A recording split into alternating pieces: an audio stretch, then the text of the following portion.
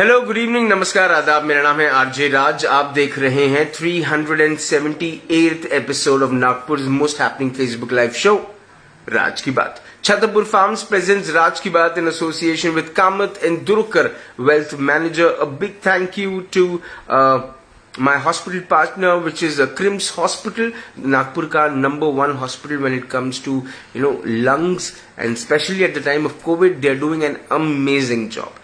Congratulations to Dr. Arbut, Dr. Ashok Arbut and his complete team, Dr. Sameer Arbut, Miss Kirti Arbut, everybody. Um,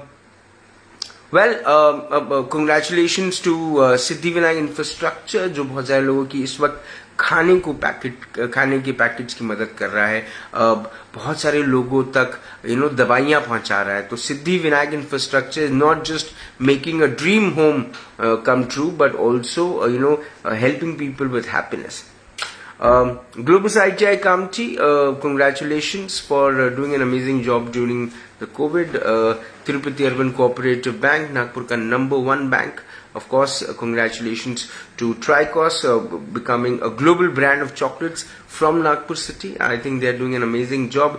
Joshi Security Systems, Yuva Foundation and Atmanirbhar Bharat partner, which is servicing Wala. बहरहाल आज पिछले 2 दिनों से मैं ये जानने की कोशिश कर रहा हूँ आपसे, और मेरे जो गेस्ट हैं उनसे, नितिन रोंगे सर जो विदर्भ के आंदोलनकारी हैं, उन्होंने मुझे परसों बताया कि उनके हिसाब से कौन है जिम्मेदार इस किस्म की स्थिति जो नागपुर शहर की इस वक्त है when it comes to the health care facilities. कल मेरे साथ एडवोकेट नितिन गांधी थे, जो नागपुर शहर के जाने माने वकील है. उन्होंने कानूनी विश्लेषण दिया, अपनी बात बताई कि उनके हिसाब से कौन जिम्मेदार है इस किस्म की परिस्थिति, इस किस्म की स्थिति के लिए. आज मेरे साथ एनजीओज की तरफ से अपने पॉइंट ऑफ व्यू रखेंगे. नागपुर शहर, ना ही सिर्फ नागपुर शहर बट देश विदेश में एक नागपुर की एनजीओ है जिसको सराहाया जा रहा है, जिनके काम को अप्रिशिएट किया जा रहा है, और वो है the one and only the Twinkle Foundation. Twinkle Foundation is doing some amazing work when it comes to helping kids. कई सारे ऐसे बच्चे होते हैं जिनको क्रिमिनल एक्टिविटी में डाल दिया जाता है. उन बच्चों को वो लोग रेस्क्यू करते हैं, और पूरी दुनिया में इस किस्म के काम के लिए ट्विंकल फाउंडेशन को सराहाया गया है, बहुत सारे अवार्ड्स से सम्मानित किया गया है. और उसके जो main person, the director of The Twinkle Foundation is यश गौरखेड़े, और यश मेरे साथ इस वक्त जुड़ने वाले हैं, और उनकी क्या सोच है, उनकी क्रिया है. मेरे साथ है यश गौरखेड़े. हाय यश. I'm really sorry, राज भाई, थोड़ा कुछ प्रॉब्लम था. It's okay. We started fresh. So how are you? Sure. I'm doing good. I'm doing really well. काम चल रहा है, बस यार नींद पूरी नहीं हो रही है. इतने सारे केसेस राज भाई, मतलब मैं बता नहीं सकता आपको. But we are working really well. No, but then you are in Hyderabad. Your team is in Nagpur. किस किस्म का काम हो रहा है? क्या कर रही है आपकी टीम? कुछ एनजीओस काम कर पा रहे हैं स्थिति में, कि आपको ऐसा लगता है कि सिर्फ प्रशासन ही अपना काम करे, अभी आपकी जरूरत नहीं है? सर, प्रशासन के ऊपर तो मतलब स्टार्टिंग से ही बहुत भरोसा किया है जनता ने, बट जनता हमेशा बेवकूफ ही बनी है, और जनता बनते आई थी, बन रही थी, बनेगी और बनती रहेगी हमेशा से. अच्छा. और जिसको एनजीओस बोला जाता है, non government organisations, that is a substitute of the government which is ruling everywhere in every country, right. तो ऐसे कुछ युवा हमारे साथ जुड़े हैं, और हम लोगों ने ये इसको थोड़ा चेंज कर दिया था, because twinkle foundation was selflessly working on child trafficking. इसके अगेंस्ट हम लोग पिछले 5 साल से काम कर रहे थे पूरे के पूरे देश में. स्टार्टिंग इससे मतलब हमारे नागपुर से हुई, बट अभी ये जो सिचुएशन है कोविड की, इसमें हमारे साथ ऑलमोस्ट पूरे देश का युवा जुड़ा हुआ है, जिसका नाम हम लोगों ने बदलाव रखा है. इस कैंपेन का नाम बदलाव रखा, क्योंकि बदलाव में हम लोग सिर्फ सेल्फलेसली, एग्जैक्टली सर, हम लोग सिर्फ अभी तक ट्विंकल फाउंडेशन में जो सस्टेनेबल सॉल्यूशंस के ऊपर जो काम कर रहे थे, उसमें हम लोग सिर्फ काम ही कर रहे थे. बट अभी बदलाव में ऐसा कि हम लोग क्रिटिसाइज भी कर रहे हैं, हम लोग अवेयर भी कर रहे हैं, और सबसे इम्पोर्टेंट है हम लोग लोगों को साथ में जोड़ के उसके सॉल्यूशंस इम्प्लीमेंट करवा के आगे काम कर रहे हैं. सर, पिछले 1 महीने से ये जो काम चल रहा है, 5 से 6 दिन पहले हम लोगों ने एक ग्रुप बनाया बदलाव के नाम से, और बदलाव में मतलब ऑलमोस्ट 4 ग्रुप फुल हो चुके हैं, continuously more than 1000+ calls we are handling every day 24/7। और रोज के मतलब 50-60 बेड तो हम लोग दिलवा दे रहे हैं, इंक्लूडिंग नागपुर। और बस काम चल रहा है दादा। यश, आपने पिछले पिछले साल जब पूरा लॉकडाउन था, जो जितने भी लोग जिनका पलायन शुरू था, तब आपने बहुत सारा काम किया। टुगेदर वी कैन ने बहुत सारा काम किया। टुगेदर वी कैन के बैनर के तले आपने उनके साथ जुड़कर जो काम किया। Apart from that, twinkle foundation ने ऑन अ सेल्फलेस लेवल जाकर लोगों की मदद करी, सहायता करी, खाना खिलाया, दवाइयां दी, स्लीपर्स बांटे, लोगों को गाड़ियां से हेल्प किया, अपने लोगों को अपने घर पहुंचने के लिए। बहुत कुछ हुआ पिछले साल। इस बार एनजीओस कहीं दिख नहीं रहे हैं, या एनजीओस को उतना दिखाया नहीं जा रहा है। क्या सोचते हैं? सर देखिए, एक होता है कि काम करके काम को दिखाना, दूसरा होता है सर काम करके किसी को ना दिखाना। अभी सिचुएशन हम्म, ऐसी है, सेकेंड वेव, आप भी बहुत ज्यादा इससे अवेयर है कि सेकेंड वेव में क्या प्रोज है, क्या इसके कॉन्स है, इसमें क्या नेगेटिविटी है, कितना ज्यादा इसका मोर्टेलिटी रेशो कितना बढ़ गया है।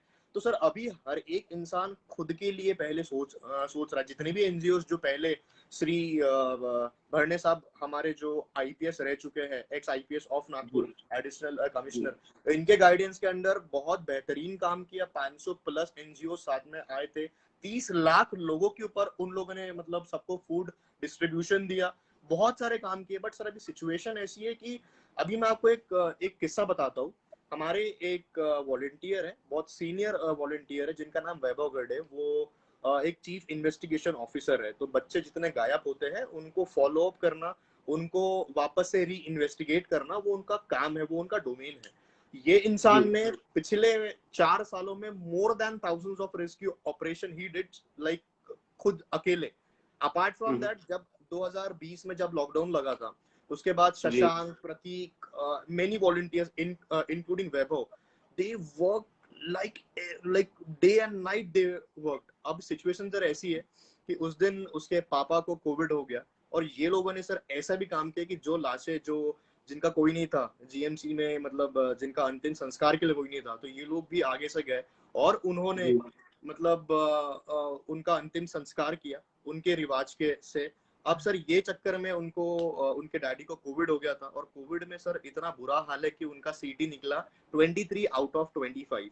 और ये सिचुएशन में हम्म, वो इंसान नागपुर का हर एक अस्पताल मतलब घूम लिया सर, रिक्वेस्ट किया, उसने वहां पे भीख मांगा। बट सर फाइनली उनको कहीं बेड नहीं मिला, और वो अपने घर पे फिलहाल अपने जी। डैडी को ऑक्सीजन लगा के है, और वहीं पे उनका इलाज चल रहा है, and he is recovering right now. और वो इंसान ऐसा है हम्म, कि सिचुएशन सर ऐसी आ गई कि एक बेड है, अब आपको देखना है कि वो आपके डैडी को देना है या आपको जिसको जरूरत है उसको देना है। तो मेरे वॉलंटियर सर ऐसे कि उन्होंने अपने डैडी को सेकेंड ऑप्शन में रखा, और उसने आगे वाली की सर हेल्प की यहाँ पे। तो बहुत बुरी स्थिति है नागपुर की। और अगर मैं बात करूँ एनजीओ क्यों आगे नहीं आना चाहते, ये तो सबसे बड़ा एक कारण है कि उनको बहुत बड़ा झटका लगा है कि सोसाइटी के लिए जब सेल्फलेस होके आप काम कर रहे हो, और उसके बाद आपको नेगेटिविटी में आप तो कुछ मांग नहीं रहे हो, बदले में आपको अगर ये एक चीज अगर मिल रही है जहां पे आपको बेड नहीं है, आप जो ऑक्सीजन लेते हो वो आपके पास नहीं है, तो इससे बुरी सिचुएशन सर किसी भी सरकार किसी भी देश में नहीं आ सकती। ये इतनी बेकार सिचुएशन है। एंड इसीलिए स्पेशली एनजीओ। स्पेशली नहीं, स्पेशली फ्रॉम अ कंट्री जो दुनिया का सबसे बड़ा ऑक्सीजन मैन्युफैक्चरर है, उससे तो बिल्कुल नहीं आ सकती। अधिकार ही नहीं है उसको ये कहने का कि हमारे पास ऑक्सीजन नहीं। सर देखिए, मैं आप तो मुझे बहुत पहले से जानते हो, और आपको पता है कि मैं कभी पॉलिटिकली कभी कमेंट नहीं किया, बट सर मैं मजबूर हो चुका हूँ अभी। अभी सिचुएशन सर ऐसी है कि अभी लाशें देख देख के हम लोग थक गए, अभी आंसू भी नहीं निकलते, अभी दिलासा भी क्या दे लोगों को। आप संभालिए अपने आप को, कैसे बोले किसी को।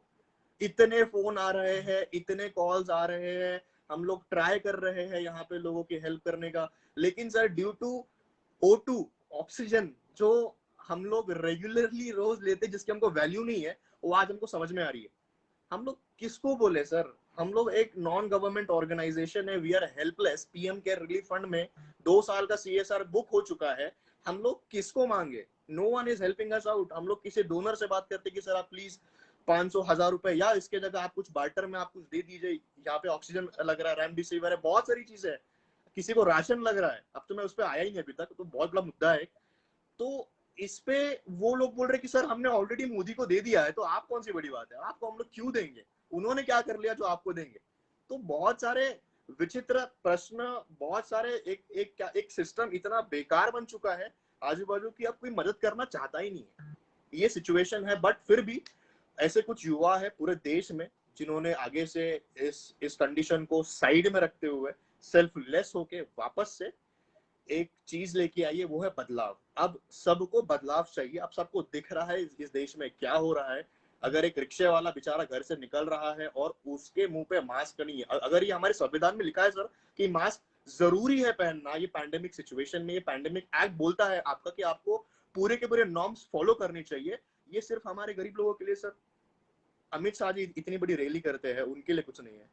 हमारे हमारे नागपुर के, छोड़िए मैं तो नेशनल की बात नहीं करूंगा, हमारे नागपुर के गार्डियन मिनिस्टर श्री नितिन राउत साहब, ये साहब तमिलनाडु में जा रहे हैं, वहां पे रैली कर रहे हैं, तो सर क्या बोलेंगे, कौन बात कर रहा है इसके बारे में, कोई बात नहीं कर रहा, ना मीडिया बोल रहा है ना कोई कुछ, मतलब पता नहीं सर क्या क्या चल रहा है इनके इसमें।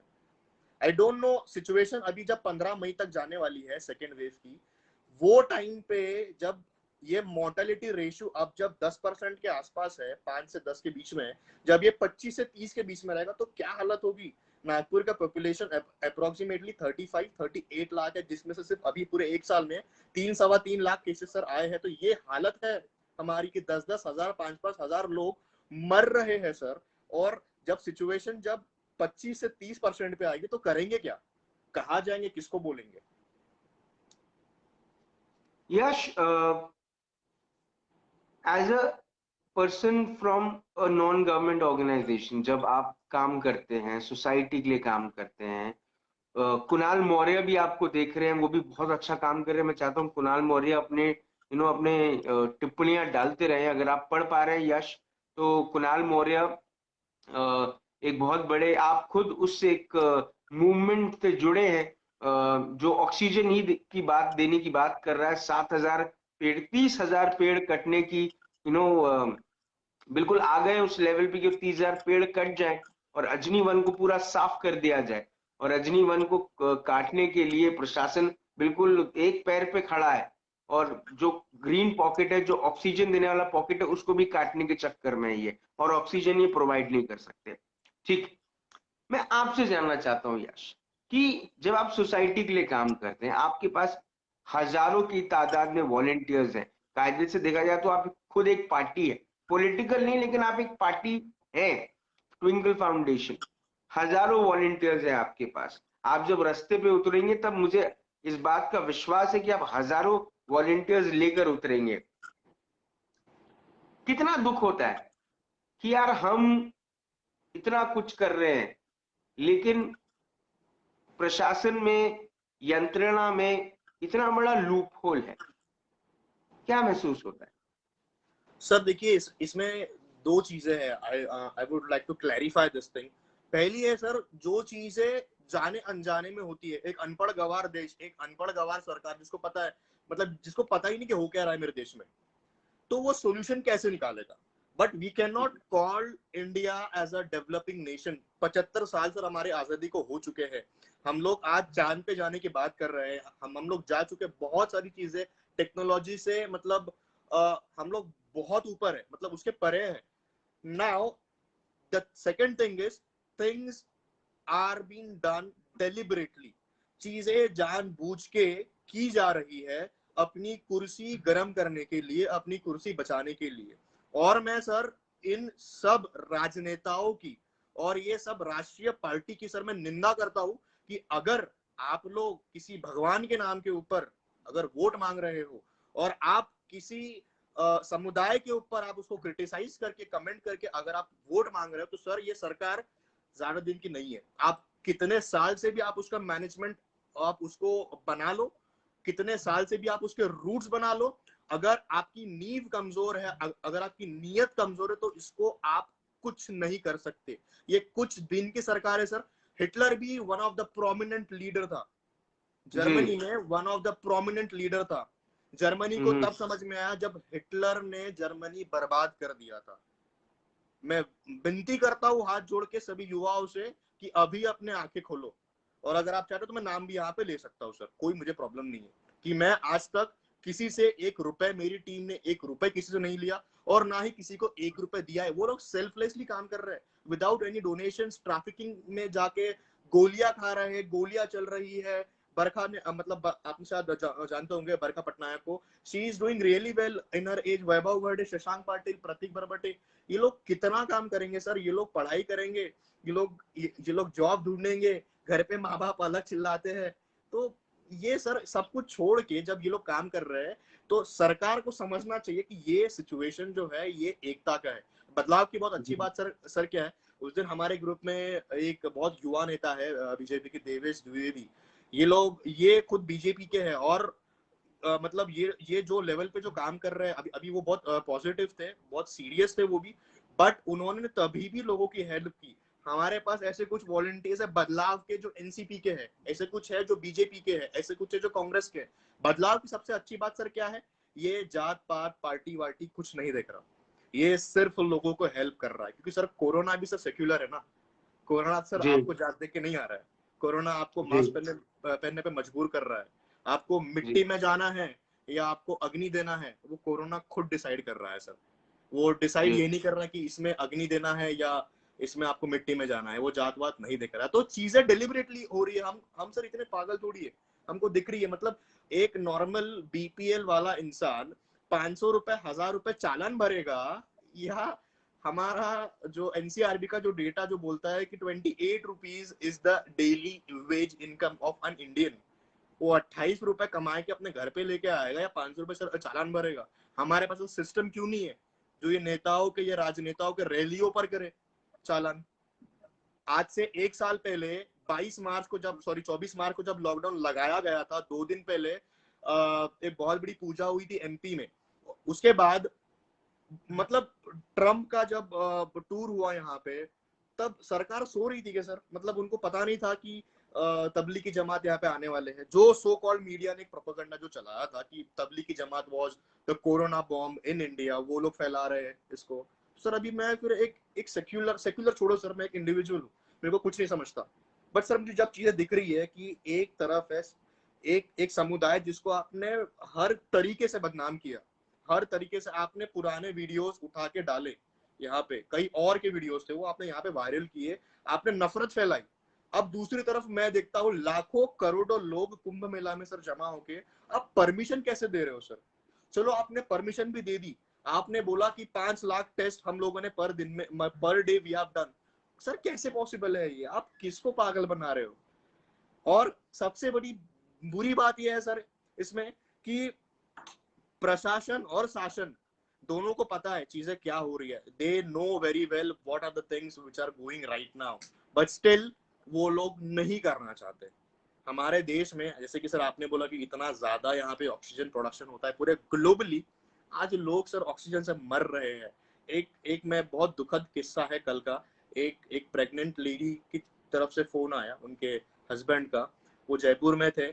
हम लोग असम को पता नहीं, हमने तो सिर्फ ये नागपुर और वैभव के लिए ये जो ग्रुप चालू किया था, ये ग्रुप मतलब इंडिया में कैसे फैल गया, हैदराबाद से फोन आ रहे, बैंगलोर से फोन आ रहे, तो वहां से फोन आया और उसकी हालत बहुत खराब थी और like we couldn't save her just because O2 oxygen.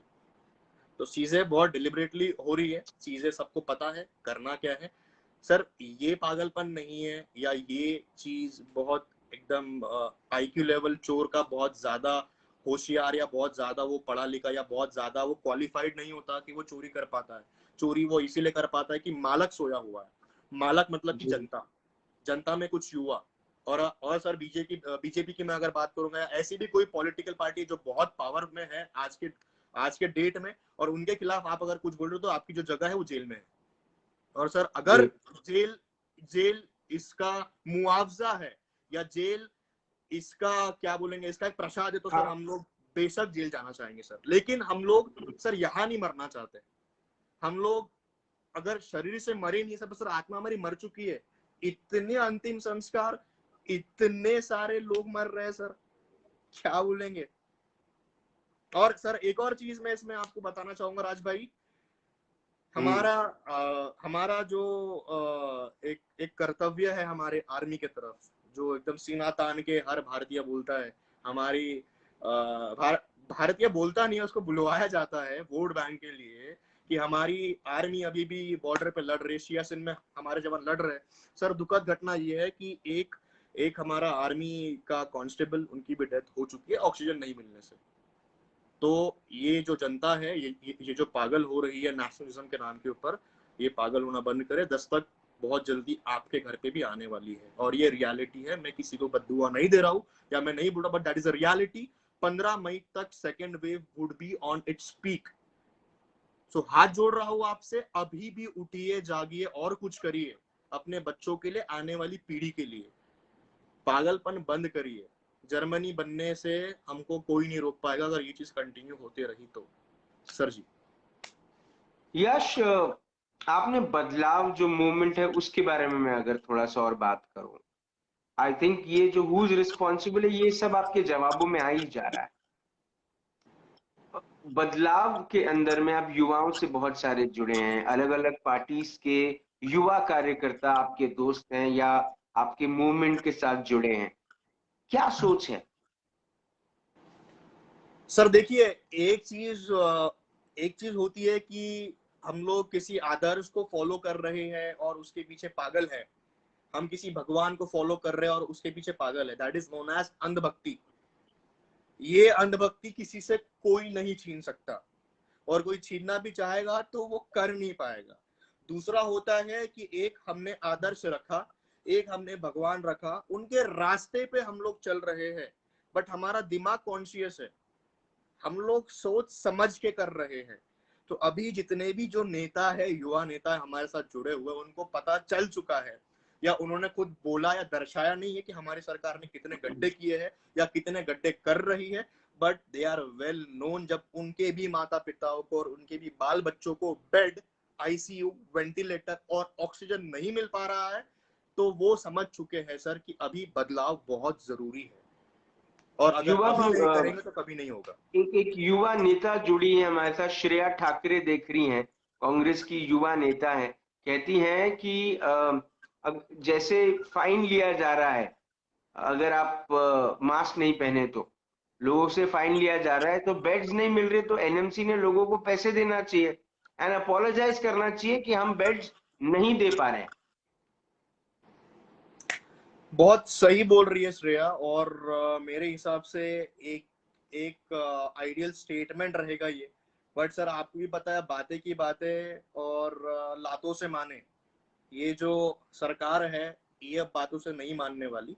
इनको बदलाव बहुत जरूरी है, क्योंकि अभी फिलहाल के लिए आप जो देख रहे हो कंडीशन की, सिर्फ पैसा आ रहा है। पीएम केयर रिलीफ फंड पे you can not file RTI. और ये मैं नेशनल मुद्दे को मैं छोड़ के मैं अगर नागपुर की बात करूं, तो सर नागपुर में मतलब मुझे घिन आती है इन 151 कैंडिडेट से, कुछ चुनिंदा लोगों को छोड़ के। सर जूतों से मारूंगा अगर मेरे घर पे वोट मांगने के लिए आए तो, जूतों से मारूंगा, क्योंकि मेरे घर के आजू बाजू बेचारे इतने गोर गरीब लोग हैं जो मर रहे हैं घर पे। कोरोना की वजह से नहीं सर, आपने लॉकडाउन लगा दिया। एक मजदूर जो 200 रुपए रोजी कमाता है, अपना घर चलाता है, 100 रुपए का किराना भरता है, और 100 रुपए सेविंग छोड़ो सर, अपने नॉर्मल खर्चों में जा रहा है, वो इंसान कहाँ से लाएगा रेमडेसिविर? आपके पास एक साल नहीं था, एक साल था आपके पास। आपने एक एक आइडियल ऑफिसर, एक आईएएस ऑफिसर आपके नागपुर में आके, he is trying to create beds, he is trying to create a medical infrastructure because he is an educated person. He knew very well कि चीजें क्या होने वाली है। He was a visionary person. उसको आपने इतनी गंदी राजनीति करके उखाड़ के फेंक दिया, फ्रस्ट्रेट कर दिया उसको। सेम हालत सर हर एक युवा की है जो एक एनजीओ में काम कर रहा है। श्री तुकाराम मुंडे साहब जैसी हालत हर एक युवा की है अभी। भले ही वो जहां पे भी है वहां पे वो लोगों की सहायता कर रहे हैं, उनका उनका जमीर आज तक मतलब वो नहीं नहीं बोल रहा किसी की हेल्प करने से, लेकिन ऐसे कुछ युवा लोग हैं जो जिनका भी अभी तक जमीर बिका नहीं है, वो लोग ट्राई कर रहे हैं, अपनी हेल्प कर रहे हैं। और रही बात श्रेया जी की, श्रेया जी से भी मैं एक रिक्वेस्ट करूंगा, श्रेया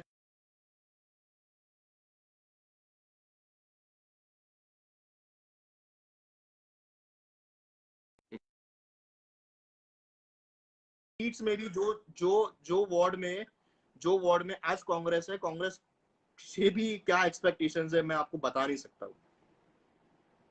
हमारे पास ऑप्शंस नहीं दादा, दो ही है, एक तो बीजेपी या तो कांग्रेस। क्या करेंगे, किसको बोलेंगे, सारंग किसको बोलेगा? सारंग महाजन कहते हैं, सारंग महाजन कहते हैं कि बदलाव जरूरी है राज्य में, देश में नहीं। इसको कैसे रिस्पॉन्ड करेंगे आप? दादा मैंने महाविकास अभी आघाड़ी जो है मैं वो सरकार चलाने में असमर्थ रही है। अच्छा, मैं इस स्टेटमेंट को और अगर थोड़ा एग्जैजरेट करूंगा राज भाई, तो जैसा दादा का बोलना है कि बदलाव स्टेट में जरूरी है, नेशनली नहीं है, मैं तो बोलूंगा स्टेट छोड़ो, नेशनल छोड़ो, बदलाव एनएमसी में जरूरी है। हम लोग डिपेंड किसके ऊपर है? हमारी सरकार कौन चला रहा है? हमारा एडमिनिस्ट्रेशन, एजुकेशन पकड़ो, हेल्थ केयर पकड़ो, डेवलपमेंट पकड़ो, कौन चला रहा है अभी? It is Nagpur municipal corporation. 108 सीटें हैं सर वहां पे, बीजेपी की 108 सीटें हैं वहां पे। क्यों आप लोग नाकाम रहे हो? सारंग भाई जो बोल रहे थे अभी, आप लोग दादा नाकाम क्यों क्यों रहे हो? आप छोड़ो स्टेट के मुद्दे, छोड़ो आप नेशनल मुद्दे छोड़ो, मैं आपको एनएमसी की बात कर रहा हूं। मुझे गिन के नाम बताइए 108 नगर सेवकों का, जिन्होंने सेल्फलेस होके अपना घर छोड़ के वहां पे जाके लोगों के लिए काम कर रहे हैं। 136 वार्ड में 108 सीटें अगर होती है बीजेपी की, तो किसको सवाल करेंगे सर? आप अगर ये सब बातें अभी भी कर रहे हैं, मैंने अभी आपको जस्ट दो डिफरेंस बताया, एक होता है अंधभक्ति और एक होता है भक्ति। चूज आपको को करना है। मैं भी एक हिंदू सर, मुझे भी थोड़ा बहुत सेंटिमेंटल बुरा लगता है, लेकिन मैं अंधा नहीं हूं। मुझे भरोसा था मेरे संविधान के ऊपर, भरोसा था, क्योंकि संविधान तब एक था, नेताओं के लिए भी और एक मजदूर के लिए भी। आज सर आप you are kind of doing partiality with everyone. आप यहाँ पे फाइन कुछ और फाड़ रहे हो, वहां पे क्यों नहीं फाड़ रहे? डर लगता है आपको? आपकी हालत उमर खलीद जैसी हो जाएगी, डर लगता है आपको? उन पत्रकारों जैसी होगी, आपको डर लगता है? तो फिर आप सपोर्ट क्यों कर रहे हो? B a neutral person, support NOTA. है आप में हिम्मत? हिम्मत ही नहीं है सर किसी में। मैं अभी क्या बोला आपको? दो ही जगह है सर, एक तो कब्र में या फिर जेल में, इफ यू क्रिटिसाइज ओपनली। और मैं सर डंके की चोट पे मैं बोलता हूँ, मैं और मेरे वॉलंटियर्स पिछले 5 साल से जो काम किया है सर, किसी की इसमें दम नहीं है कि इतने बच्चों को, एक बच्चों को भी सर अगर आपने मिला दिया बिना कोई फोटोग्राफी करके, तो मैं आपको मान जाऊंगा। कोई नहीं है सर, ये बच्चे लोग काम कर रहे कॉर्पोरेटर्स, हैं। श्रेया ठाकरे कहती है corporators are busy in photoshoots at vaccination centres. I really appreciate the comment of Shreya. Shreya, इसमें आपके कांग्रेस वाले भी है और बाकी के जो बीजेपी वाले वो भी, और बीएसपी वाले तो है ही है उसमें। बट अभी चॉइस हमारे पास है कि हमको यहाँ से बाहर निकलना है और हमको लोगों के लिए हेल्प करना है, या हमको अभी भी पार्टी का प्रचार करना है। क्योंकि हमको शर्म आती है हमारे नेताओं के ऊपर। और मैं तो आज खुल के बोलूंगा सर, मतलब नितिन राउत जी एक्सपेक्टेशंस कुछ और थी, कर कुछ और रहे। दयाशंकर तिवारी साहब एक्सपेक्टेशंस कुछ और थी, भले कर भी रहे होंगे, बट सर रियलिटी क्या है? लोग मर रहे हैं। आपके पास 700 के ऊपर स्कूल्स है नागपुर में जो बंद पड़ी हुई है, एनएमसी की प्राइवेट स्कूल्स है। Why are you promoting your hospitals? Why are you promoting your private hospitals? आपके वेबसाइट पर नाम ही नहीं होना चाहिए सर, आपके वेबसाइट पे नाम ही नहीं होना चाहिए। अगर एनएमसी 4,500 सॉरी 2,500 करोड़ का अगर फंड उधारी में ले रही है महाराष्ट्र बैंक से, यूटिलाइज कहाँ कर रहे हो आप लोग? किसी के पास आंसर होगा तो आप प्लीज मुझे डीएम करिएगा। अच्छा, रवि दुहिलियानी देख रहे हैं, कहते हैं रवि दुहिलानी की all politicians are the same, और कुणाल मौर्य कहते हैं कि आई सपोर्ट नोटा। तो अगर politicians are the same and अगर एक बात की करती कि नोटा लागू हो, क्या ये समाधान होगा? नहीं सर, देखिए NOTA NOTA is an option, was an option and will be an option, but reality कुछ और है सर।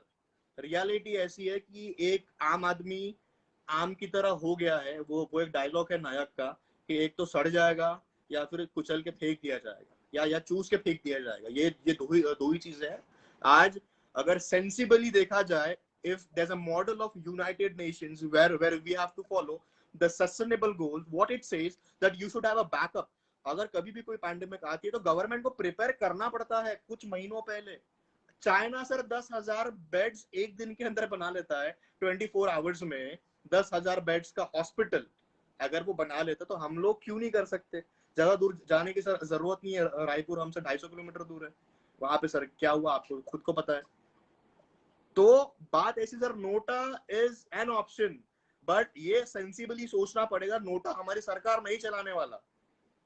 हमको एक नया ऑप्शन लेके आना पड़ेगा क्योंकि बदलाव जरूरी है. अभी बदलाव में मतलब आप हर एक सेक्टर को आप इस पैंडेमिक में उठा सकते हो. अभी आपने उस दिन एक इंटरव्यू किया था एजुकेशन के ऊपर. आपको सर पता है कि नागपुर में जो हालत है एक चाइल्ड लेबरर की. मैं आपको पता सर चाइल्ड लेबर होता क्या है.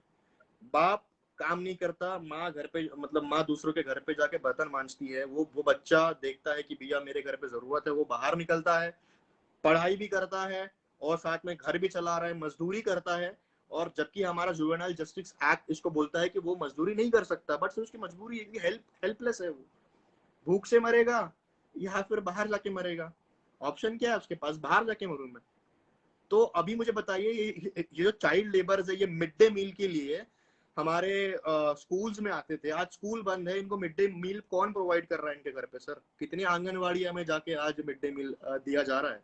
कितने बच्चे जो इक्विप्ड नहीं है, 90% बच्चे इक्विप्ड नहीं है आज, तो वो एजुकेशन कैसा ले. तो बदलाव जरूरी है, हर सेक्टर में जरूरी है. आपके एनएमसी के वेबसाइट के ऊपर एक भी प्राइवेट हॉस्पिटल का नाम नहीं होना चाहिए था सर. ये शर्म वाली बात है.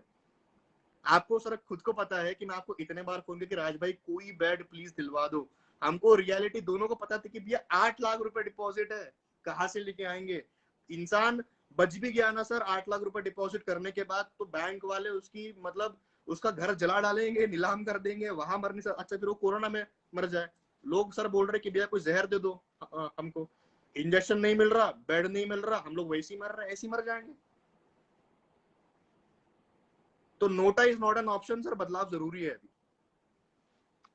अब बदलाव इस किस्म की स्थिति में कैसे करें. अब चीज तो इनके हाथ में है यश. हम फ्यूचर प्लान कर सकते हैं लेकिन प्रेजेंट को अब क्या करें. घर सर के बाहर देखिए निकल नहीं सकते. विरोध कैसे करें. सर जब क्योंकि ऑक्सीजन के ट्रक आते हैं नागपुर में.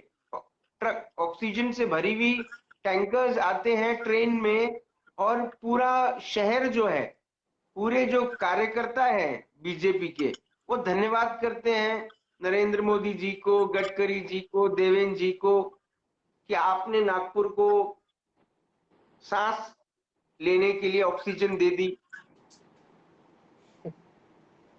सर इसको बोलते हैं हिपोक्रेसी की भी एक सीमा होती है. मोदी जी का एक डायलॉग है, हिपोक्रेसी की भी सीमा होती है. एक साइड आप अगर बोल रहे हो कि हमने आपको ऑक्सीजन दिलवाया, दूसरे साइड आप तो थे सर कवर करने के लिए यहाँ पे अजनी वन में. एक साइड आप ऑक्सीजन खत्म कर रहे हो और एक साइड आप बोल रहे हो यहाँ पे कि हम लोग ऑक्सीजन प्रोवाइड कर रहे हैं. गलत है. मैं अभी जरा मैंने आपको बताया कि दो चीजें हैं. एक तो है भक्ति और दूसरी है अंधभक्ति. और अंधभक्तों से उनकी ये जो हक है जन्मसिद्ध अधिकार, वो कोई नहीं छीन सकता. मुझे ये चीज समझ में नहीं आ रही, इनके पास जवाब नहीं है. एक साल से ये लोग क्या कर रहे थे. 24 मार्च के बाद जब कोविड बढ़ा यहाँ पे हमारे इंडिया में, जब जब जब कोविड का जो फर्स्ट केस आया, why these guys who are busy into their rallies, क्यों थे बिजी. चलो मान लो कि वेस्ट बंगाल अगर महाराष्ट्र बन जाए और महाराष्ट्र में अगर आज इलेक्शन होते, अमित शाह अपनी रैली लेके ऐसे निकले रहते, क्या कहा रहता आपने. आपके पास कोई जवाब ही नहीं होता. मतलब आप खुद कोविड फैला रहे हो और आप वहां पे बोल रहे हो कि हम लोग आपको ऑक्सीजन दे रहे हैं. This is bullshit sir. जो हो रहा है दैट इज बुलशिट. और ये समझ जाना चाहिए. और मेरे मुंह तो बिल्कुल नहीं. मैं सर एक प्रिकॉशनरी लाइन सबको बता रहा हूँ यहाँ पे. भक्तों केवल मेरे से दूर रहो आप लोग प्लीज.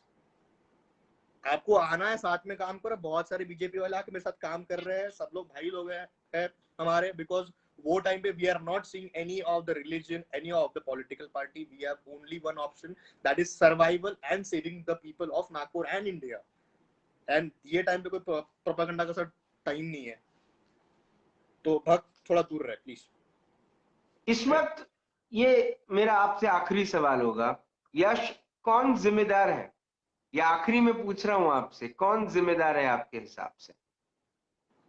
सर अगर मैं 3 पार्ट में डिवाइड करूंगा ना एनएमसी को, सबसे पहले म्युनिसिपल कॉर्पोरेशन को जो एक लोकल सरकार होती है, उसके बाद आता है स्टेट और उसके बाद आता है सर नेशनल। मैं अगर एनएमसी की बात करूंगा, obviously BJP is responsible and other political party they are responsible, बहुमत की जिसकी सरकार है, दे आर रिस्पॉन्सिबल बिकॉज आपको यहाँ पे पैंडेमिक नहीं दिखा और आपने अपनी राजनीति खेली। यहाँ पे सबसे एक well known capable IAS officer को आपने भगा दिया यहाँ से, जो जिनके हाथ में था और जनता उनको फॉलो कर रही थी। वो लोग लाइक एक सट टच होता है, एक समझाने का एक टच होता है किसी भी इंसान को, वो केपेबिलिटी थी उनमें, लोग उनको मान रहे थे, उनकी बातों को मान रहे थे, वो लोग घर में थे, लोगों को खाना पहुंच रहा था, ऐसे लीडर्स थे। और वो लीडर्स किसी पॉलिटिकल पार्टी के नहीं थे सर, वो हमारे संविधान के रक्षक थे। एक आईएएस ऑफिसर, एक आईपीएस ऑफिसर जब 500 एनजीओस को, मोर देन 10,000 वॉलंटियर्स को 2 दिन में गैदर कर सकता है सर, तो वो लोग बिना किसी पॉलिटिकल पार्टी के इस देश को भी सर चला सकते हैं। उनको आप लोगों ने गंदी राजनीति करके आपने भगा दिया। चलो ठीक है, अभी जो कंडीशन है, आपके पास मोर देन 200 डेज, 200 दिन से ज्यादा आपके पास टाइम था, आप लोगों ने उसमें कुछ भी नहीं किया। हमारे कांग्रेस के जो नेता है वो तमिलनाडु जाते हैं और हमारे बीजेपी के जो नेता है वो संविधान मतलब विधानसभा में जाके जो इंपॉर्टेंट नहीं है उसके ऊपर बात नहीं करते। विदर्भ वेगड़ा आंदोलन पता नहीं कहां से आ गया इसके बीच में, जबकि बात होनी चाहिए थी सर कि हमको ऑक्सीजन कैसे लेके आना पड़ेगा, हमको यहाँ पे प्लांट्स कैसे डालना पड़ेगा। One of the biggest IT hub is Mihan, वहां पे क्यों नहीं आया? तो बहुत सारे मुद्दे हैं। इसके अलावा जब मैं स्टेट पे आऊंगा तो I don't know what Shiv Sena, Congress and NCP is doing. I don't know क्या चल रहा है उनके उनके दिमाग में, उनके मीटिंग में क्या चल रहा है, क्या नहीं चल रहा है। मैं तो स्पीचलेस, कोई शब्द नहीं है मेरे पास। तो अभी आप समझ जाओ सर कि मेरा क्रिटिसिज्म कितने बड़े लेवल का है। और अगर मैं नेशनल की बात करूंगा तो क्या बोलूं सर मैं इसके ऊपर। आप अगर एक होम मिनिस्टर हो इस देश के, शायद इस कमेंट के बाद मेरे को तो जेल हो जाएगी, लेकिन मैं फिर भी इस चीज को बोलूंगा। आप इतने गिरे हुए इंसान सर हो कि आपके कुछ सो कॉल्ड सीट्स के लिए आप खुलेआम निकल रहे हो, खुलेआम आप रैली करवा रहे हो, खुलेआम आप परमिशन दे रहे हो चीजें करने की। तो इसको कोई डिफेंस तो कोई नहीं, इसको डिफेंड कोई नहीं करेगा और ना ये डिफेंड करने के लायक है। हमारे प्रधानमंत्री, कल एक मैंने वीडियो देखा, श्री अरविंद केजरीवाल जो जो सीएम है हमारे आम आदमी पार्टी दिल्ली के, उन्होंने जो लाइव टेलीकास्ट किया था उनका होम मीटिंग को, उसके ऊपर इतना बड़ा बवाल हो गया। क्यों हमारे प्रधानमंत्री के पास जवाब नहीं था? क्यों नहीं था? आप मन की बात कर रहे हो, वो मन की बात नहीं है सर जी, वो मन की बकवास है। सॉरी मैं बहुत हार्श बोल रहा हूँ, बट वो मन की बकवास है। लोग मर रहे हैं आपके देश में सर, लोग मर रहे हैं। कल का जो स्टैटिस्टिक था वो ऑलमोस्ट 8,000 को एक कम था नागपुर में। दयाशंकर तिवारी साहब, मैं आपसे रिक्वेस्ट करता हूँ, आपके हाथ में भी बहुत सारी चीजें, आप करिए उस चीज को। आप अपने फेसबुक पे ये पोस्ट मत करिएगा सर कि इतने केसेस आए हैं। वी नो सोल्यूशन क्या है, talk about that. We want solution. हम लोग पक गए सर, सुन सुन के। मीडिया ऑन करो, यूट्यूब ऑन करो, सोशल मीडिया ऑन करो, वही सब चीजें। when will you talk about solutions? And we want that. And nationally जो चीज हो रही है, I would bet you राज भाई, I would bet you, अगर ये चीजें ऐसी रही तो बदलाव होके रहेगा, बदलाव होगा और बदलाव हर एक युवा करेगा। और जितने भी फॉर योर काइंड इंफॉर्मेशन, जितने भी लोग मेरे को फॉलो कर रहे हैं या जितने भी लोग मेरे को देख रहे हैं इस लाइव सेशन में, and if you are from a political party, आप प्लीज अपने दिमाग में ये चीज डाल दो कि आपके जितने भी युवा नेता है वो समझ गए हैं कि उनके माँ बाप को भी ऑक्सीजन सिलेंडर देने वाला कोई नहीं था। ना मोदी जी आए, ना योगी जी आए, ना अमित शाह जी आए, ना शिवसेना से उद्धव ठाकरे आए, कोई भी नहीं आया। वो लोग खुद फोन करे किसी आम इंसान को जिसको कुचल दिया जाता है, या वो सड़ जाता है, आज वही आम इंसान ने उनको ऑक्सीजन और बेड दिलवा के दिया है सर। तो ये सिचुएशन है, युवा जाग रहा है, युवा उठ रहा है, और सर युवा अब लड़ेगा क्योंकि अभी सर बदलाव होगा। 2022 में आप इलेक्शन लड़ेंगे? सर अपॉर्चुनिटी मिली, मैं मेरी बात नहीं कर रहा हूं, मैं अगर इन कैंडिडेट्स की बात कर रहा हूं जो अभी मेरे साथ काम कर रहे हैं। और अगर ये लोग अगर बोलते हैं, अगर जनता बोलती है कि हमारी जरूरत है, हम जैसे युवाओं की जरूरत है जो अपने करियर में आगे नहीं बड़ा पाए, जिनको 20,000 की जॉब नहीं मिली, जो लोग अपनी ईएमआई नहीं भर पा रहे, अगर वो देश चलाना चाहते हैं, उनको ऐसा लगता है जनता को, तो बेशक ये लोग बदलाव में उतरेंगे सर, और ये लोग इलेक्शन लड़ेंगे। और आई विल बेट यू, ये लोग उखाड़ की भी सर फेंक सकते हैं। युवा देश है हमारा, और युवा में सर एक खास बात क्या है, मेरे पास दो टीम है। एक है सर सबसे यंग युवा जो एनर्जेटिक है, और दूसरा है सर एक एक्सपीरियंस इंसान, एक एक्सपीरियंस सिटीजन जो गाइड करता है सेल्फलेस होके। और सब जब जब ये जो जो जो ताकत है, जब ये जब मिलते ना सर, तो रेवोल्यूशन होता है, इनकलाब होता है। And I would tell you one thing कि इनकलाब होगा सर, चालू हो चुका है। यश, आपने अपना वक्त निकाला, आपने हमसे बात करी। आज आपसे बात करके मुझे एक चीज तो बड़ी अच्छी लगी कि आज आपने बहुत अपने अपने शब्दों पे कंट्रोल किया, अपने इमोशंस पे कंट्रोल किया। क्योंकि जनरली जब इस विषय पे बात होती है तो आप वाकई में बहुत भावुक हो जाते हैं, और आप अपने थोड़े से कंट्रोल के बाहर कई बार निकल जाते हैं और इतने नाराज हो जाते हैं जिसकी कोई हद नहीं। लेकिन आज आपने हिपोक्रेसी की सीमा है या नहीं मुझे पता नहीं, लेकिन आज यश गौरखेड़ी की सीमा दिख गई कि उस सीमा में रहकर भी अपना गुस्सा निकाल सकते हैं। लेकिन आपकी जो जो पूरी की पूरी सोच है, मुझे ऐसा लगता है कि ये अपने आप में काबिले तारीफ है कि आप इतना अच्छा थॉट प्रोसेस सामने लेकर आ रहे हैं, इतना अच्छा थॉट आप लोगों तक पहुंचा रहे हैं। और मुझे ऐसा लगता है कि 2022 में, मुझे नहीं पता अभी आपका क्या डिसीजन है, लेकिन अगर आप बदलाव के साथ उतरेंगे मैदान में, तो मुझे ऐसा लगता है कि निश्चित तौर पे जीत आपकी होगी। राज भाई देखिए, मतलब मैं तो आपके छोटे भाई जैसा हूँ, और आपको पता है मैं आप लोगों को और बहुत लोगों को मैं फॉलो करता हूँ। एक युवा हूँ, गलती होने की बहुत सारी संभावना है, गलतियां करता हूँ, गलतियों से सीखता हूँ। बट सर मैं मैं मतलब सर मैं सब युवाओं की बात कर रहा हूँ। हम सर युवाओं में एक चीज है, वो है लर्निंग कैपेबिलिटी। हम लोग सर वो कैपेसिटी को इतना एक्सपांड कर रहे हैं, इतना गिर रहे हैं, इतना उठ रहे हैं, लेकिन सर लड़ना नहीं छोड़ रहे हम लोग। और रही बात 2022 की, वो अभी तक ऐसा कुछ दिमाग में आया है नहीं। और अगर जनता आगे से बोलती है, क्योंकि हम लोग सर सेल्फलेसली आज तक जनता के लिए काम किया, और सिर्फ ट्विंकल फाउंडेशन नहीं सर, बहुत सारे लाखों एनजीओ है इस देश में। जीरो ग्रेविटी है, अग्निपंख फाउंडेशन है, हेल्प फॉर गुड है, बहुत सारे एनजीओ है, बहुत सारे युवा है सर, सेल्फलेसली काम कर रहे हैं। कभी उनको लाइमलाइट नहीं मिला, कभी उनको किसी बात का लालच नहीं था, वो लोग आज इतने बड़े लेवल पे काम कर रहे हैं, वो कभी मीडिया में नहीं है। मैं तो बहुत खुशनसीब हूँ सर कि मैं रिप्रेजेंट कर पा रहा हूँ बदलाव को। बहुत सारे लोगों को तो बेचारों को चांस नहीं मिलता है। तो अगर जनता बोलती है ना सर कि इनको बदलाव में आना जरूरी है या बदलाव करना जरूरी है, तो हम लोग जनता के आदमी है सर, जनता के लिए जरूर करेंगे। और युवाओं के लिए मैं एक चीज अभी बोलना चाहूंगा कि मेरी बातों का बुरा लगा होगा, I am really sorry for that. मैं माफी मांगता हूँ आपसे। बट गाइज, ये बहुत रियल एक्सपीरियंस है, रियल चीजों से मैं गुजर रहा हूँ। मैं और मेरी टीम, हम लोग सो नहीं पा रहे, 2-2 घंटा हम लोग ब्रेक ले रहे हैं, सब्स्टिट्यूट डाल रहे हैं ग्रुप में, क्योंकि किसी की जान ना जाए। हम लोग ट्राई कर रहे हैं, और सिर्फ नागपुर के लिए नहीं, पूरे के पूरे इंडिया के लिए। मतलब नागपुर को टायर 2 सिटी बोला जाता है, हमको टायर 1 से कॉल आ रही कि भैया यहाँ पे हमको बेड जमेगा क्या। तो आप सोचिए कि बदलाव की जो टीम है, वो बहुत ही बेहतरीन तरीके से काम कर रही है। ये टीम और आगे तक जाएगी, ये तो मेरे को मतलब पता है अच्छे से। बट इतना ही बोलूंगा सभी युवाओं को कि आप लोग गंदगी मत फैलाइए, आप लोग इन्फ्लुएंस में आके कुछ भी मत करिए, क्योंकि किसी की जब जान जाती है तो वो कुछ लेके नहीं जाता, कुछ हासिल करके सही नहीं बात। जाता। आपने जो किया है वही लोगों को याद रहेगा हमेशा के लिए। तो सभी युवाओं से एक रिक्वेस्ट है कि आप एक न्यूट्रल पर्सन होके अपने डिसीजंस लीजिए। मैं किसी पार्टी के अगेंस्ट नहीं होता था। मैं नरेंद्र मोदी साहब को मैं इतना फॉलो करता था कि यार this is a very like great leader, prominent leader है। उनके बोलने का स्टाइल, उनका टच करने का, मेरे को सर पता है गूज बम्स आते थे। बट सब जब जब मैंने देखा कि उनसे इतनी एक्सपेक्टेशंस है और चीजें कुछ और हो रही है। मैं दयाशंकर तिवारी साहब का इतना बड़ा फैन था, मैं देखा कि भैया ये इंसान से, बट चीजें सर रियलिटी क्या है, चीजें लोग मर रहे हैं, किसी का बाप जा रहा है, किसी का भाई जा रहा है, किसी के पेट के अंदर का बच्चा जा रहा है।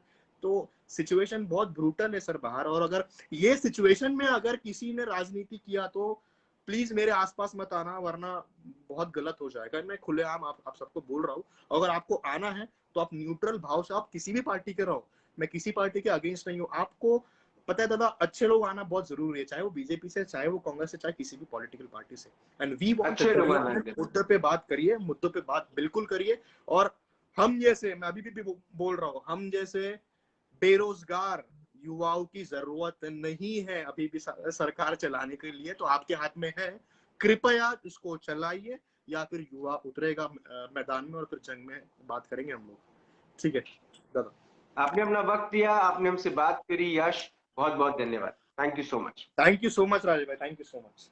Thank you. यश गौरखेड़े के साथ बात करके कुछ बातें हमको समझ में आई है। वो क्या समझ में आई है, शायद ये वीडियो पूरा आप देख लें तो आपको समझ में आ जाएगा कि यश गौरखेड़े का कहने का मतलब ये था कि सिर्फ एक पार्टी ही जिम्मेदार नहीं है, ये पूरा ढांचा ही गड़बड़ है। और ये ढांचा अभी से गड़बड़ नहीं है, ये तो आज महामारी आई है, आज महामारी आई है, इसीलिए आज हम ये सब चीजें देख रहे हैं। अगर ये महामारी नहीं आती तो हम अपने अपनी जिंदगियों में मसरूफ रहते। क्या oxygen bed, ventilator, remdesivir injection आज जरूरत है, इसलिए उसकी भूख आज है, कल उसकी भूख नहीं थी। दुर्भाग्य की बात जो है वो यही है कि आज भी लोग ये सब सर्विसेज जब प्रोवाइड कर रहे हैं तो इस पर भी राजनीति चल रही है। रेमडेसिविर के इंजेक्शन निकलते हैं, मुंबई में पकड़े जाते हैं, मुंबई में एक बड़ा नेता जाता है और वहां पर रेमडेसिविर के इंजेक्शंस को रिलीज करवाता है। क्यों सेंटर को इस वक्त राजनीति समझ रही है, क्यों स्टेट गवर्नमेंट को इस वक्त राजनीति समझ रही है, क्यों आपने कुंभ मेला करने दिया, क्यों कुंभ मेला करने दिया आपने? Are you guys stupid? क्यों कुंभ मेला करने दिया आपने? बंगाल के इलेक्शन नहीं करते तो आप मर जाते। बंगाल में इलेक्शन आप नहीं करते, पोस्टपोन कर देते। ये सवाल मेरा इलेक्शन कमीशन से है। Are you guys stupid? Bengal में इलेक्शन नहीं होते तो क्या हो जाता? शायद इतना वक्त जो आपने रैलियों में बर्बाद किया, अगर आप बंगाल में ऑक्सीजन, रेमडेसिविर, वेंटिलेशन, ये सब चीजों की तैयारी करते तो शायद बंगाल में भी आदमी कम मरता, जो आने वाले दिनों में शायद मर जाए। कमाल का ड्रामा है भैया आपका, मजाक बना रहे हो, मजाक बना रहे हो आप। जिसके घर का आदमी मरा है शायद उसको ज्यादा पता है। जो आदमी दिन भर, जिसके घर में कोई भी कोविड पेशेंट नहीं है, लेकिन दिन भर वो सिर्फ लोगों को फोन करके बोल रहा है बेड है क्या, ऑक्सीजन वाला बेड है, आईसीयू वाला बेड है, वेंटिलेटर वाला बेड है, उसको खुद के लिए नहीं चाहिए, उसको दुनिया के लिए जमाना है। कई कई कई ऐसे एनजीओ वाले हैं, कई ऐसे युवा कार्यकर्ता हैं, कई ऐसे लोग हैं, कई ऐसे डॉक्टर्स हैं जो इस वक्त काम कर रहे हैं। और दुर्भाग्य की बात यह है कि वो जवान जो 24 घंटे तैनात रहता है बॉर्डर पे, उसको जब ये पता चलता है कि जिस बॉर्डर पे वो रक्षा कर रहा है देश की, उसी देश की सरकार ने इतनी सुविधाएं नहीं दी कि वो, जो उसका परिवार है, वो जीवित रह पाए।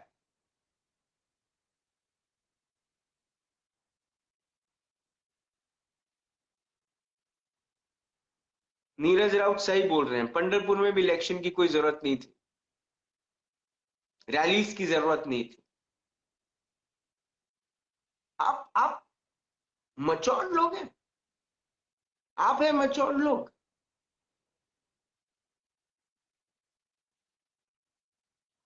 आप लोग, जब आप लोगों को जब कोविड होता है ना, तो आप high level multi speciality hospital में भर्ती होते हैं। वो आदमी जिसने चिकन खा के आपको वोट दिया था ना, आज उसको उसकी सजा मिल रही है। आज वो भी अपना सर पकड़ रहा होगा कि मैंने क्यों ऐसा किया। पूरी दुनिया जानती है कि सबसे ज्यादा ऑक्सीजन मैन्युफैक्चर भारत करता है, इंडिया करता है, हिंदुस्तान करता है। और आज इंडिया में ही ऑक्सीजन की कमी है। क्यों? दुनिया भर में बांट दी। अमेरिका वैक्सीनेट हो चुका है। 5 मई 10 मई तक पूरा अमेरिका वैक्सीनेट हो जाएगा। और आप नया पार्लियामेंट बनाने के लिए 900,000 करोड़ का टेंडर निकालते हैं उस वक्त जब आपके देश में लोग मर रहे हैं, ऑक्सीजन नहीं है। आप टेंडर निकालते हो। आप यशवंत स्टेडियम को ब्यूटिफाई करने के लिए टेंडर निकालने की बात करते हो।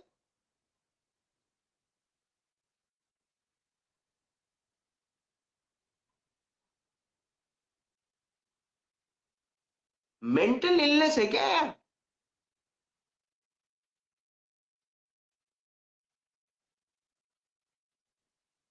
Who is responsible for this complete panic in the city of oranges? क्योंकि वाकई में नागपुर का नाम बड़ा अच्छा लगा है, ऑरेंज सिटी। क्योंकि ऑरेंज को जब आप खोलते हो ना तो सब अलग अलग अलग अलग अलग ऑरेंज हो जाता है। और हम भी वैसे ही हैं, अलग अलग अलग अलग अलग। सिर्फ हम ऊपर से दिखते हैं बंद, ऊपर से बंद दिखते हैं। पर जैसे ही उस ऑरेंज को खोला जाए वो पूरा अलग में बिखर जाता है। आज जो लोग जिन्होंने परसों बहुत सारे मैसेजेस किए, धन्यवाद किए, पॉलिटिकल प्रोपेगेंडा और ड्रामा किया फेसबुक पे, मैं उनसे ये बात पूछना चाहता हूँ कि अगर तुम्हारे घर का कोई एडमिट कोविड वाली सिचुएशन में आ जाए, तो शायद आएगा, तो क्या तुम्हारा नेता तुमको बेड दिलाएगा? तुम्हारा नेता तुमको वेंटिलेटर दिलाएगा? और गलती से तुम्हारे परिवार का कोई मुख्य सदस्य मर जाएगा तो फिर क्या करोगे? फिर भी वही पार्टी का झंडा उठा के चलोगे? निवेदन है, इस वक्त राजनीति मत कीजिए, इस वक्त सेवा कीजिए। जिसके लिए लोगों ने आपको चुना, आपको क्या राजनीति करने के लिए चुना था आपको?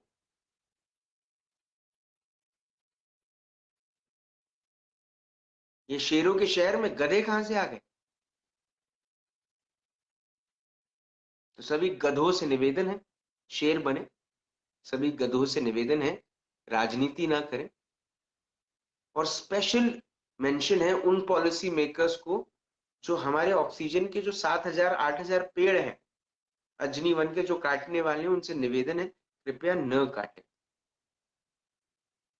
क्योंकि सिलेंडर यूनिट्स आप ऑक्सीजन यूनिट्स आप बना रहे हैं, लेकिन ये तो फ्री में ऑक्सीजन मिल रहा है साहब, इसको तो मत काटो। आपका जो इंटर मॉडल स्टेशन है वो खापरी में बन सकता है सर, कृपया। और एक और बात आखिरी, जाते जाते जो मैं, और यही है राज की बात, कि माना कि NOTA is not the option but it is also an option. क्योंकि इस वक्त सिर्फ हाई कोर्ट काम कर रहा है, सिर्फ हाई कोर्ट। चलिए अच्छा है, देश की कानूनी व्यवस्था तो अपना 100% दे रही है इस वक्त। धन्यवाद करता हूं मैं हाई कोर्ट के वो जजेस को जो इतने फास्ट जजमेंट्स ले रहे हैं, इतनी इतने स्ट्रिक्ट होकर डिसीजंस ले रहे हैं, और उन लोगों से काम करवा रहे हैं जिनको कई सालों तक हमने गाड़ियां दी, हमने ड्राइवर दिया, हमने बगीचा दिया, हमने बगीचे के लिए माली दिया, हमने बंगला दिया, बंगले में कुक दिया, बंगले के बाहर में सिक्योरिटी दी, और वो घोंचू काम नहीं कर पाए। मीडिया से मेरा निवेदन है, जो मैंने कल भी किया था, मैं आज भी कर रहा हूं, अच्छी रिपोर्टिंग कीजिए साहब। नहीं तो बाजार में एक और चूड़ी की दुकान अगर खुल जाए तो कंपटीशन नहीं होगा। कल शाम को 5 बजे होगी मुलाकात इन राज की बात। तब तक अपना ध्यान रखें, सुरक्षित रहें, स्वस्थ रहें, मस्त रहें, खुश रहें, व्यस्त रहें। कृपया अपने फेसबुक का सही इस्तेमाल करें और ऐसी चीज पोस्ट करें जो किसी को मददगार साबित हो, और इस वीडियो को शेयर करें। जय हिंद।